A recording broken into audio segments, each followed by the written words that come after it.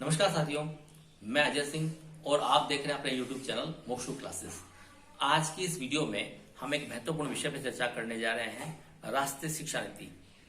हाल ही में राष्ट्रीय शिक्षा नीति में बदलाव किए गए हैं और ये बदलाव 34 साल के बाद हुआ है। किसी ने कहा है कि किसी देश के भविष्य को बदलना है, किसी देश के विकास को अगर आगे बढ़ाना है तो उसकी शिक्षा नीति में बदलाव किए जाने चाहिए। तो ये ऐतिहासिक कदम अभी उठाया गया है। मानव विकास संसाधन मंत्रालय ने अभी हाल ही में राष्ट्रीय शिक्षा नीति लागू की है। इस शिक्षा नीति में क्या बदलाव है, इस बदली हुई शिक्षा नीति से बच्चों के ऊपर क्या फर्क पड़ेगा, तो आइए हम इसका थोड़ा विस्तृत इसको अध्ययन करते हैं, चर्चा करते हैं। नई शिक्षा नीति जो है 2020 की, इसके अनुसार फॉर्मेट की बात हम करें तो पहले 10+2 का फॉर्मेट था। स्कूली शिक्षा का फॉर्मेट क्या था? 10+2। अब जो फॉर्मेट है वो होगा 5+3+3+4, यानी कि टोटल 15 साल का स्कूली जीवन होगा। उसमें से शुरू के 5 साल जो हैं वो प्राइमरी से सेकंड क्लास तक है ना। जैसे मान लीजिए एलकेजी, यूकेजी, नर्सरी और first second, nursery, LKG, UKG, first और सेकंड, ये 5 साल। उसके बाद के 3 साल, तीसरी, चौथी, पांचवी। उसके बाद में मिडिल क्लासेस हैं 6, 7, 8, उसके बाद 9 से लेकर 12 तक। तो इस तरह से 15 साल का आपका स्कूली जीवन होगा। बच्चों का स्कूल का जीवन 15 साल का होगा। शुरुआत का जो 5 साल का दौर है उसमें बच्चों के ऊपर बोझ कम किया गया है, किताबों का बोझ जो है वो कम कर दिया गया है। बच्चों को कुछ सीखने को मिलेगा खेल कूद के माध्यम से, है ना। बच्चों को आकर्षित करके उनको पढ़ाई की तरफ उनका दिमाग कैसे लगाया जाए, इस बात पे जोर दिया जाएगा। ये इसमें एक बड़ी बात है। उसके बाद जो अगला जो है 3 साल 6वीं से 7वीं और 8वीं का, उसमें आप बच्चे जो है आपके इंटर्नशिप भी कर सकते हैं। मान लीजिए किसी बच्चे को किसी चीज में रुचि है तो उस विषय के अध्यापक के पास में वो स्कूल के टाइम में, स्कूल के अतिरिक्त भी जाके इंटर्नशिप कर सकता है, कुछ सीख सकता है।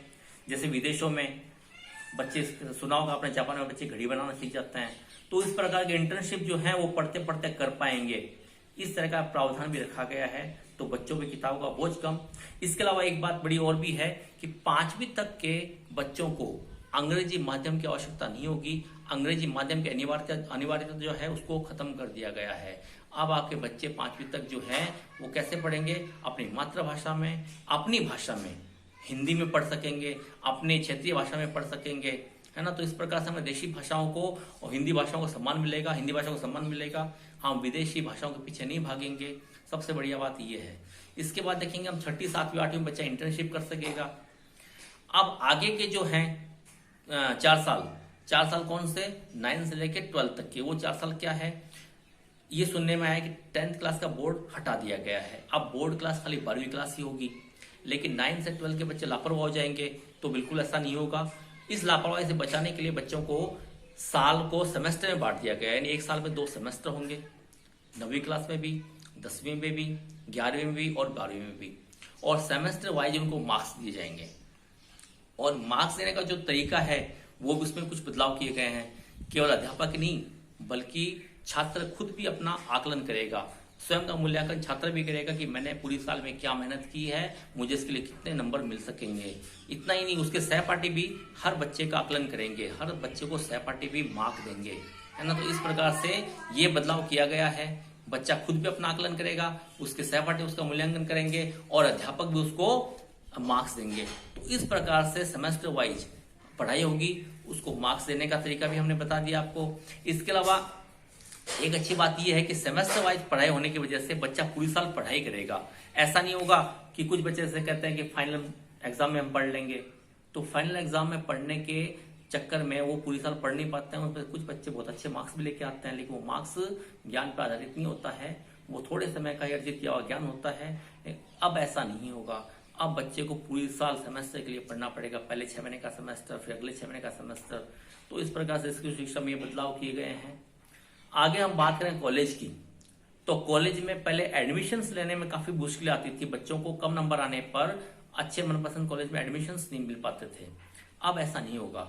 अब एक कॉमन एप्टीट्यूड टेस्ट भी वो दे सकता है। जैसे आपके नंबर कम है नंबर कम है तो बच्चा कॉमन एक्टिविटी टेस्ट देगा, उस टेस्ट के नंबर जोड़ दिए जाएंगे आपके 12वीं क्लास के मार्क्स के साथ में, और उसके आधार पे एक मेरिट निकाली जाएगी, उसके आधार पे आपको कॉलेज में एडमिशन मिल सकेगा, यानी मनपसंद कॉलेज में एडमिशन मिलने के चांस बढ़ जाते हैं।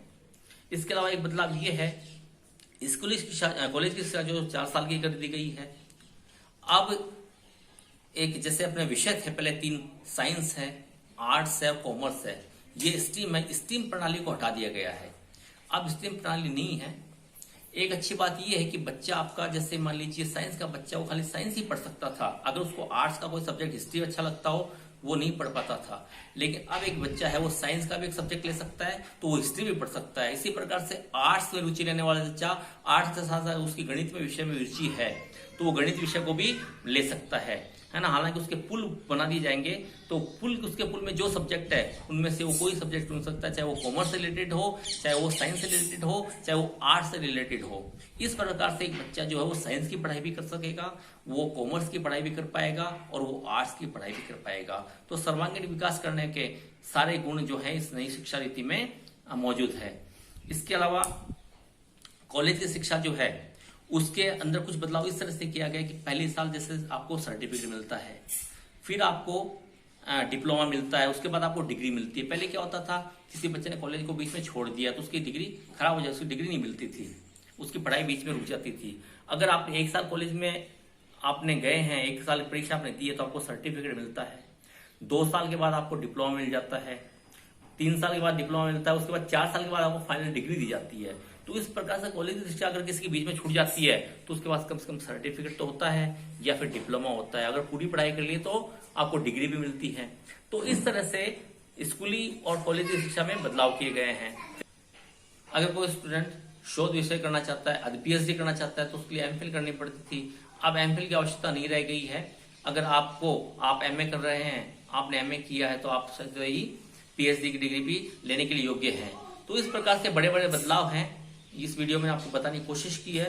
तो उम्मीद करता हूं आपको वीडियो समझ में आया होगा, अच्छा लगा होगा। अच्छा लगा तो शेयर करिएगा, लाइक करिएगा और सब्सक्राइब करिएगा और देखते रहिएगा मोक्षु क्लासेस। अगले वीडियो में फिर से एक नई जानकारी के साथ हम आपसे मिलते हैं, तब तक के लिए धन्यवाद।